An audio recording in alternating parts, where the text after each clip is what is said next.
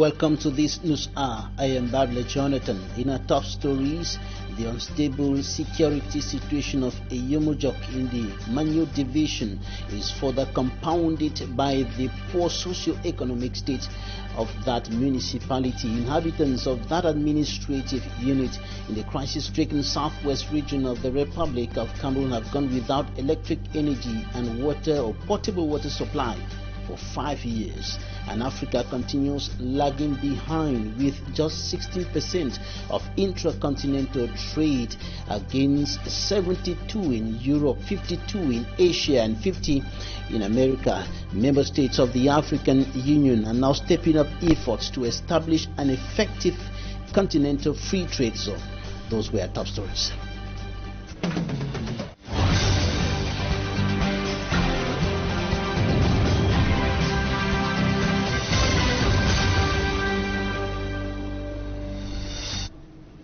We begin this newscast in Eyumojok in the Manyo division, southwest region of the Republic of Cameroon. It is one of the localities affected by the 5-year-long socio-political and security tensions in the Anglophone regions of the Republic of Cameroon, and the unstable security situation in that part of the southwest is further worsened by the absence of electric energy supply, among other underdevelopment challenges affecting the municipality. Inhabitants of that administrative unit have gone for more than 5 years today without electric energy and potable water supply.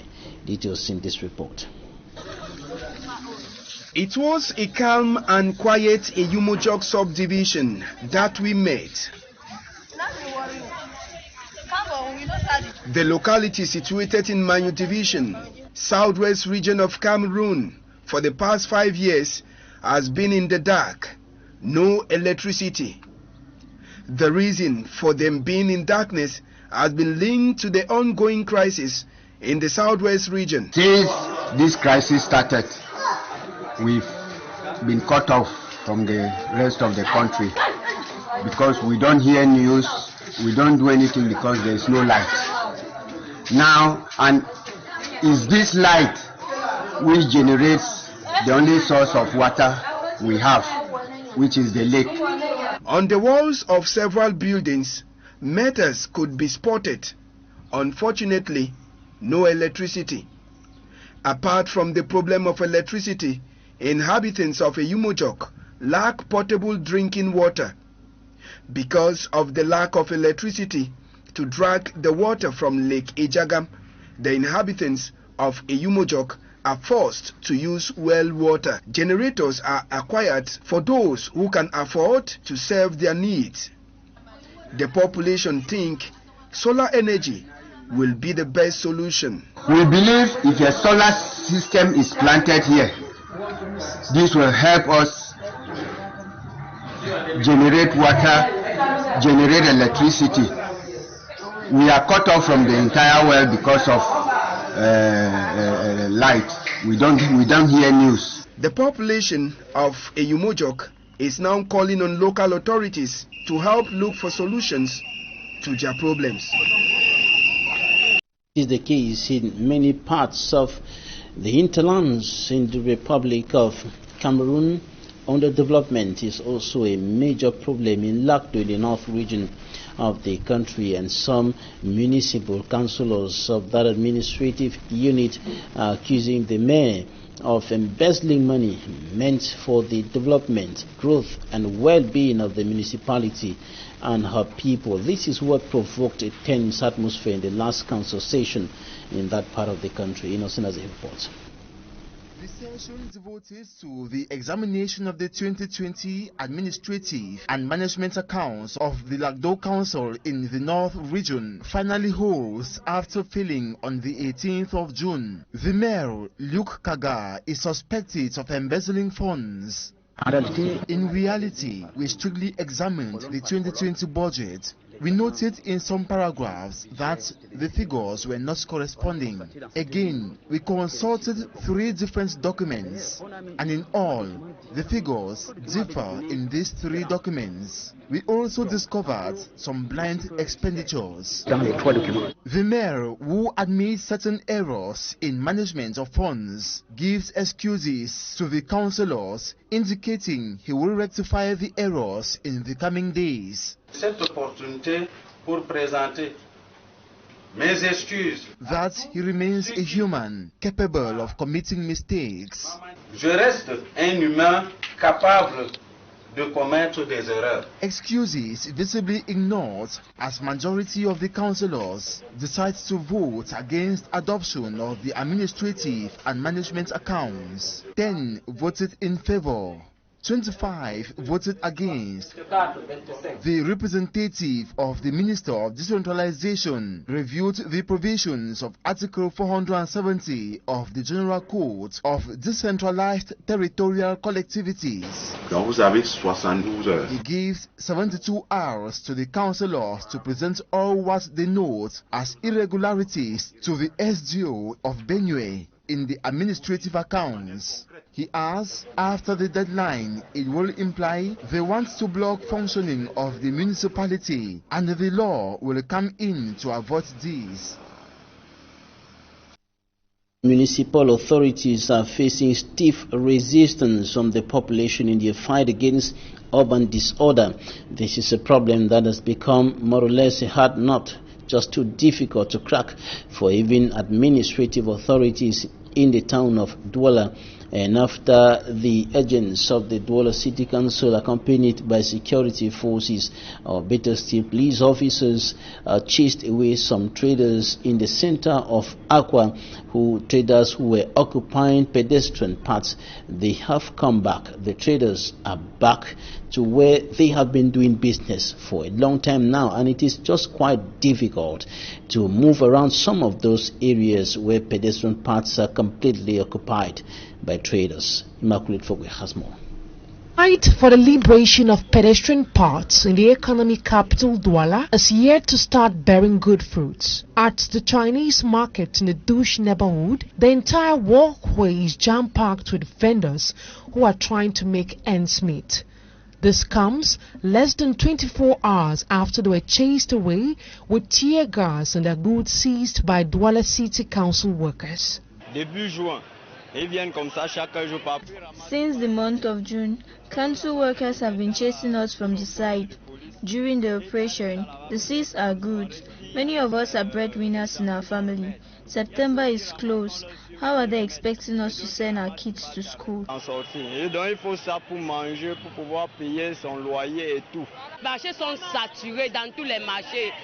Markets are saturated.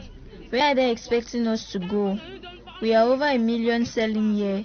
How can they chase us without telling us where to resettle? It is because of such that many people go into prostitution and armed robbery. The operation dubbed Liberate Walkways, initiated by the Douala City Mayor Rujim Bassadini, is meant to fight against urban disorder. We are here to enforce the order given by the city mayor. We started this exercise months ago by sensitizing the population. Now, we are chasing them away from the site. Yesterday, they left after we stormed the area, but they are back. The Wednesday, August 25th outing of officials of the Douala City Council was not the first campaign against occupants of pedestrian paths. On the 21st of June, the city mayor, Rojim Bassadini, led a team on this crackdown from Douche Municipal to Rong Point Dado, sensitizing and chasing. But nothing has changed months after. Critics say the real problem lies in the strategy used by the city council, which is that of chasing without relocating traders. Municipal and administrative authorities in the town of Douala have launched several operations similar to the one launched on course by the Douala City Council. The authorities have been on the ground on several occasions, several times, moving from one part of the town to the other, fighting this urban disorder to no avail.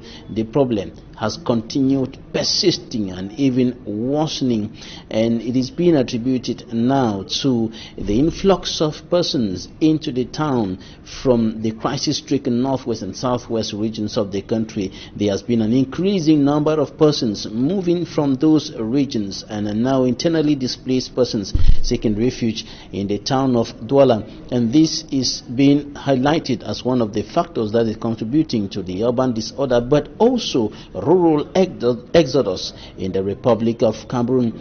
Tens of thousands of people moving from different parts of the country, millions of people moving from different parts of the country, especially the rural areas, to Douala to do business and other activities. And these are some of the points that have been highlighted to explain the constant and the permanent problem of urban disorder in several parts of the town. And this is what happened yesterday at the Douche Municipal neighborhood here in Aqua, when municipal authorities and police officers went there within the framework of this fight against urban disorder. Glory Mala.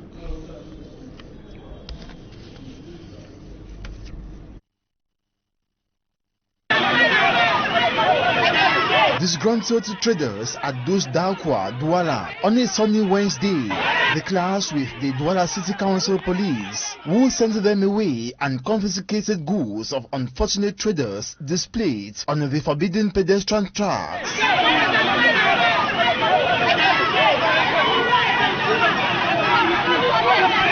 It is not the first time they are being sent away since the order was passed by the Douala City Mayor in June this year. Since June 22nd, the municipal police has been sensitizing the population to evacuate. We decided to take the bull by the horn this day to send a strong signal to them. According to the disgruntled traders, they simply respect the occupation limits given them. We were shown limits to displace our goods. That was well respected. But we are surprised they arrived today and began scattering our goods and chasing us away. Reason why they can't stop agitating is because back to school is not far from now. They should tell us what we should do. Barely 2 weeks to school resumption. They should provide us space to sell if they don't want us here. Look at what we have become. 2 weeks to school resumption. Where will I find money to afford school needs for my children? They will condemn me if I dare to migrate and die in the desert, leaving behind my children. Is this the future Cameroon holds for us? Respecting the order of the city council to liberate pedestrian tracks, they say is not a problem, but at least they should be resettled somewhere to trade. We demand only one thing: to be resettled. Solutions should be found for us hustlers. We are suffering a lot. We are aware Cameroon is in crisis, but solutions should be provided to us. Do not come to the roads to create disorder. Nous voulons juste des solutions. These solutions, according to this trader, can only be reached through a dialogue. We want to dialogue with the city council for solutions to be drafted. À la suite d'un bon dialogue, ensemble, nous pouvons trouver des solutions. Representative of the city mayor reminds the city council is already working on creating a site for these traders, who should be patient but stay off pedestrian tracks for now with their goods. In weeks to come, they will be resettled. Till the new site is created, the city council says it will spare no one occupying pedestrian tracks. Internship or journalist on internship, Denis Lame compiled that story for us. Now, Africa is still right behind the other continent as far as intra-continental trade is concerned. As of now, trade between African countries stands at 16% against 72 in Europe, 52 in Asia, and 50 in the United States of America. We have details in this report compiled by Fomi Armstrong Sander, who looks at efforts of African Union member countries to establish an effective free trade zone in the continent. In Africa, the development of intercontinental trade remains a major challenge to the continent's economic growth.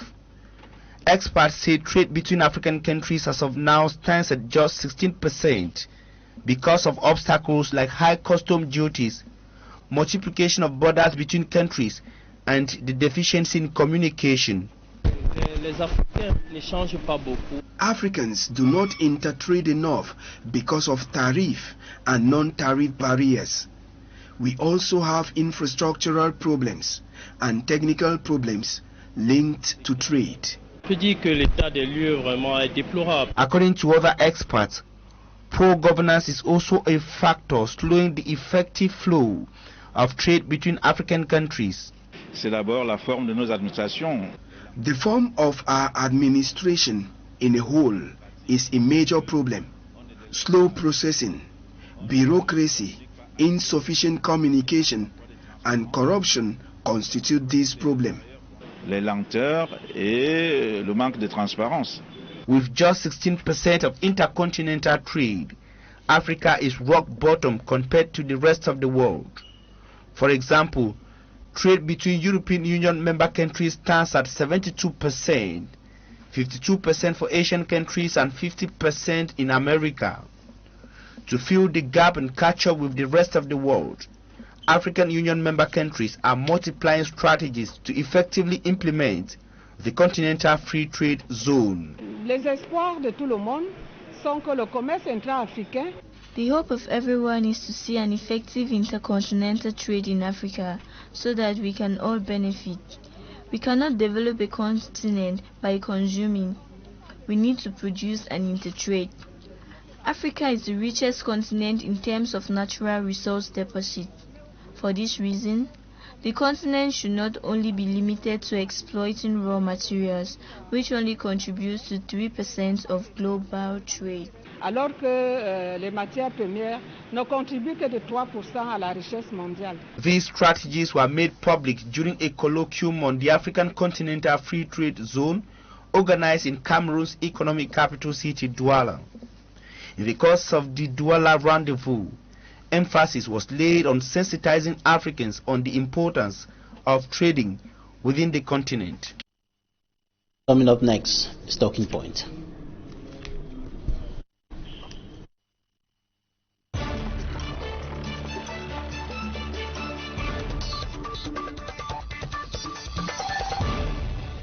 Thank you for joining us in Talking Points today.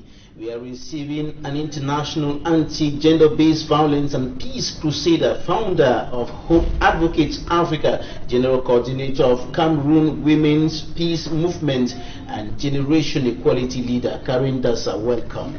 Thank you very much, and thanks for having me. All right, we're going to be talking about issues concerning women and children, but from a general perspective, we also talk about violations and abuse of human rights that concerns everybody, but more particularly women and children, because there is a rising problem which is now qualified by right defenders as alarming: the violation and abuse of the rights of women. Gender-based violence on the rise in the crisis-stricken regions of the Republic, Northwest, Southwest, Far North, and other areas. What's the situation on the ground? How bad is the situation? Thank you very much for having me. Normally, as we live, we realize that growing up, women and girls face rights violations, gender-based violence, I call it that way. And just look at the scenario of where now that there is an ongoing crisis and it is worsening. So we have issues of young girls who are being raped, and I can say that these case scenarios are underreported, and we have issues of sex for survival because of the high rate of poverty and unemployment at one point, where you maybe the loss of livelihood because of displacement. People have left their farmlands which they used to cultivate, their crops that they used to sell and make money for their families, and now they are now facing guns. They are now out of their homes, some of them. So it is a general problem, and it is an issue that I can say is underreported. But issues of women's rights violations is not something that we can start recounting or talking on base form today. It's something that occurred, and it manifests in different and several forms. So which sexual violence is just one of the forms. Sexual, just like inappropriate touching, penetration without consent. So nobody has the right to touch or have sex with someone without their consent, and we should know when there is a no, and not take silence for acceptance. I think that is some of the issues that is like the ongoing that's going on right now, of issues of rape, sex or survival because of high poverty level, or because of people have lost their source of livelihood. Referring to those who are now IDPs, internally displaced persons who are in different parts of the littoral, the west regions. These are the regions close to the crisis-stricken northwest and southwest regions, but also in Yaoundé and other parts of the country. Yeah, they're not only displaced in other cities. There are some displacement does not really entails you moving from one region to the other, but maybe from one city to the other. Like some people who used to live within those regions. Yes, you are no longer where you used to be as a result of a challenge, and in our own context, it's because of the crisis. So some people moved and left their farmlands and left their source of livelihood, and now they are maybe patching with a family, a friend, where they think that is safer for them. Where they think is safer for them, and unfortunately for many of them, instead of safety, they get something else. Some of them are raped, some of them get pregnant in the course of all of that, and life becomes quite complicated for many of them. When you talk to some of them, what do they tell you about the experiences? I think that it is no goal experience. Most young girls have left their families.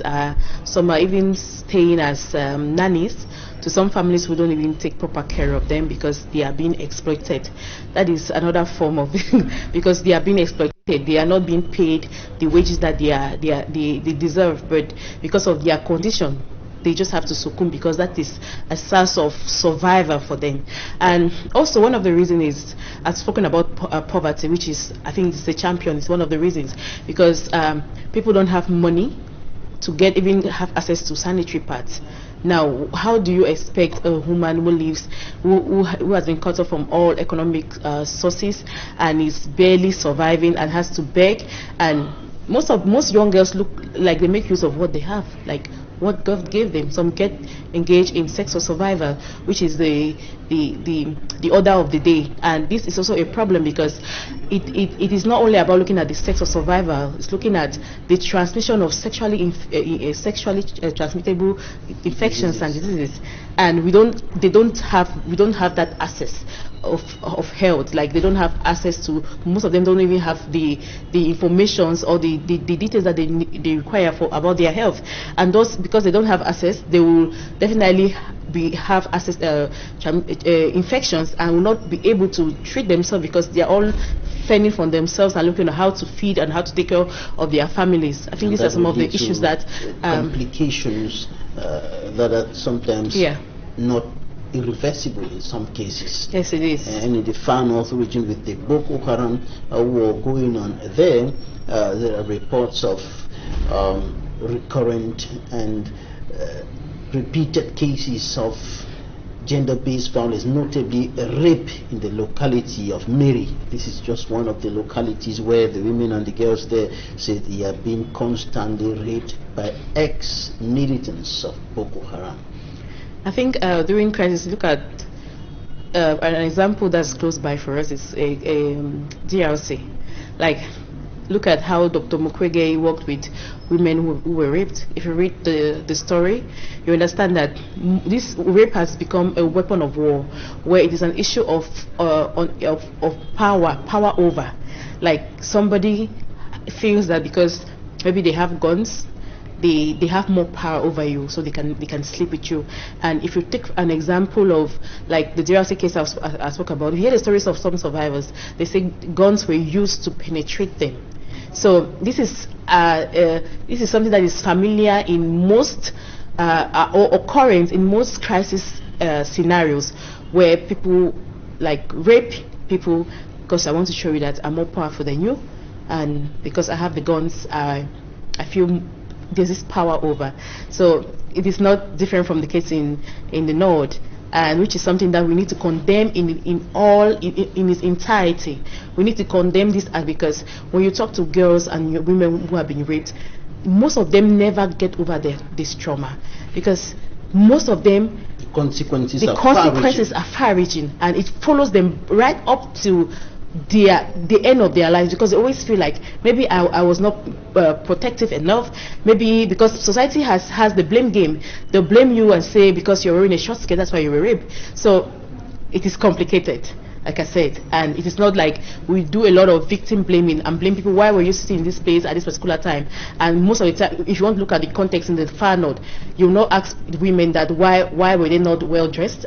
Like most people say, oh, because you were raped because you were not well dressed. You look at the issue of insecurity, where people want to show that they have power over your body, and which is something that we need to condemn in its entirety. And gender rights advocates would always ask this question when talking about this blame game issue, notably referring to women or young girls who dress poorly. What about babies that are raped in their diapers? What about old women that are raped in their the attire we call in Cameroon from the kaba? What about the young girls wearing hijabs who are still being raped? So it is not an issue of dressing, it's an issue of power over. Somebody feels that they have entitlement over your body, they have more power over you, so they feel that they have the right over your body, that is not so. So yeah, it is not only a gender activist perspective or point of view. It is something that as a community we need to condemn.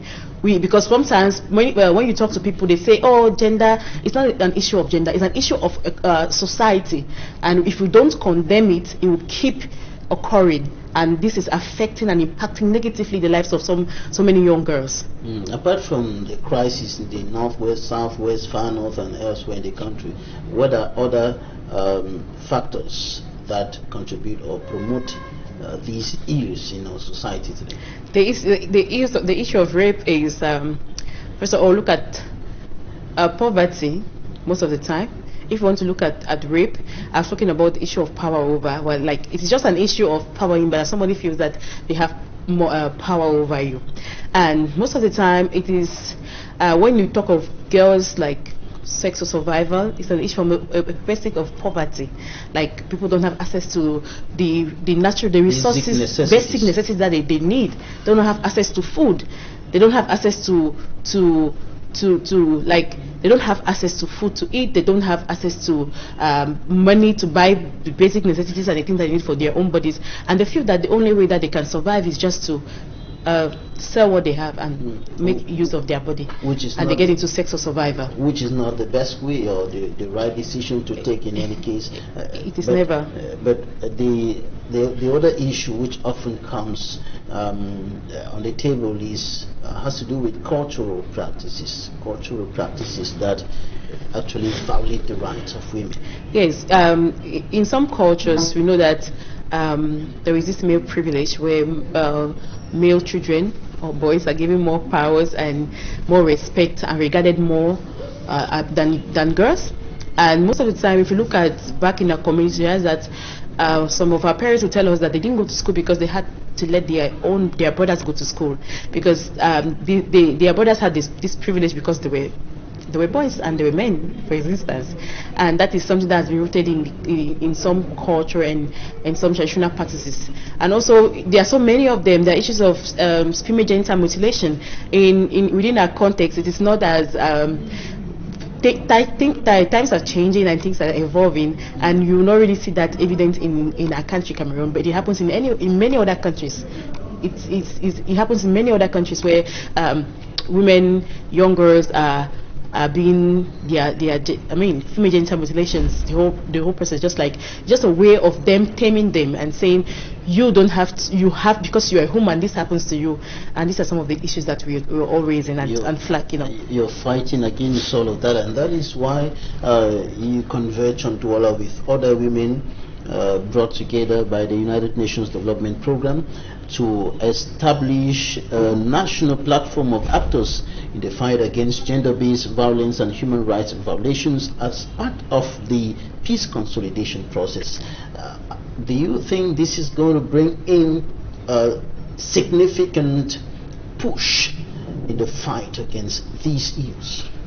I think this is this will bring significant stride, because the whole UNDP brought us this project. It is to consolidate peace in the North and South, and this platform is not an entity of maybe the United Nations. It is something that goes down to the grassroots. It takes into account local actors, local groups, women in the communities, women in all their diversities in their Njange groups, because we feel that to curb this issue of sexual and gender-based violence, it is not a one-man's fight. It needs you, it needs me, it needs everyone. Nobody is exempted. It is something that needs collective efforts, and the reason that we have not been able to achieve, or we still sit and hear these stories of rape going on in our communities, of sexual and gender-based violence, because we have not been able to do it down to the grassroots. And this is a platform that is being created that takes into account those who are in the grassroots, those who are at the highest authority, for instance. So we at the grassroots will look at our realities, the things that we live every day, and see how we report. There will be this mechanism that we will be able to monitor, report, and also work on prevention of this act from happening. How is that going to happen? There will be a lot of awareness raising and sensitization and education, because most of the times, like I've had experiences where I've spoken to some victims, we prefer calling them survivors of gender-based violence, and most of the time community blames them. They tell you, oh, because maybe this happened to you because you were maybe in the wrong place at the wrong time. So this is a whole issue. So we need that sensitization not only from the top, but we need that right from the grassroots, where everybody will be singing the same song. And I think that together, that is the only way we can eradicate and put an end to this ill that is eating up young girls and dismantling the peace and the safety of our girls in communities. All right. In the face of rising gender inequality caused by COVID-19, with at least 1 in 3 women facing or experiencing abuse in Cameroon. This is contained in your report on the 2021 Generation Equality Forum. You were in Paris from the 30th of June to the 2nd of July 2021, and you were there for the launching of a series of concrete, ambitious and transformative actions to achieve immediate and irreversible progress towards gender equality. Can you tell us a little more about that? I like the word concrete.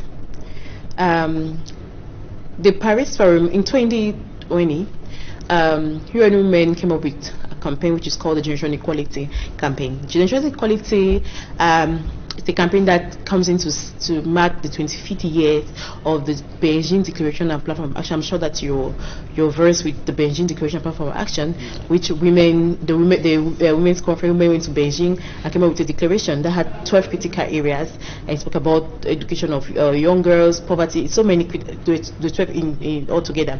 So it marked 25 years in 2020.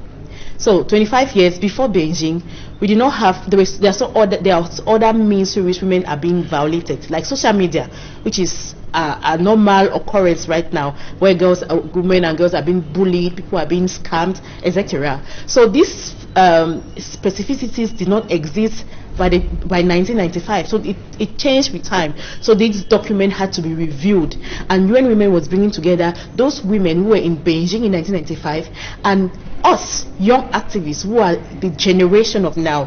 So UN Women was bringing together 2 generations of people who talk about, the other generation was talking about 1995, the Platform for Action. We are talking about generation equality means we are bringing in our own perspective as young girls and the issues that we are facing. And in the Generation Equality Forum was launched in Mexico in March, and in June we did that in Paris. It was, wow, one of a lifetime experience, because we sat in a room where member states, governments, institutions, organizations committed transformative change so far as like the word you use, immediate action towards attaining gender equality. We had governments pledging and committing to fund projects that will empower women, that will work towards eradicating these acts of violence perpetrated against women and girls in all. The amazing news is it is not in Paris, but it is in all parts of the world.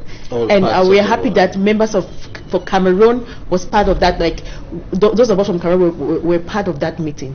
And it is not something that ends in Paris. It is something that we are here to localize it, to take it to the grassroots and to engage and involve everyone.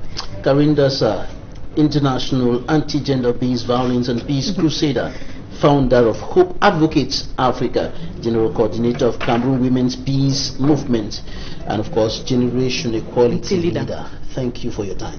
Thank you very much for having me. Thanks, ladies and gentlemen, for staying with us. That's it for this edition of the 6 p.m. newscast on Equinoxe Television. La Presse Dispute comes up next live from the nation's political capital, Yaoundé. Stay with us.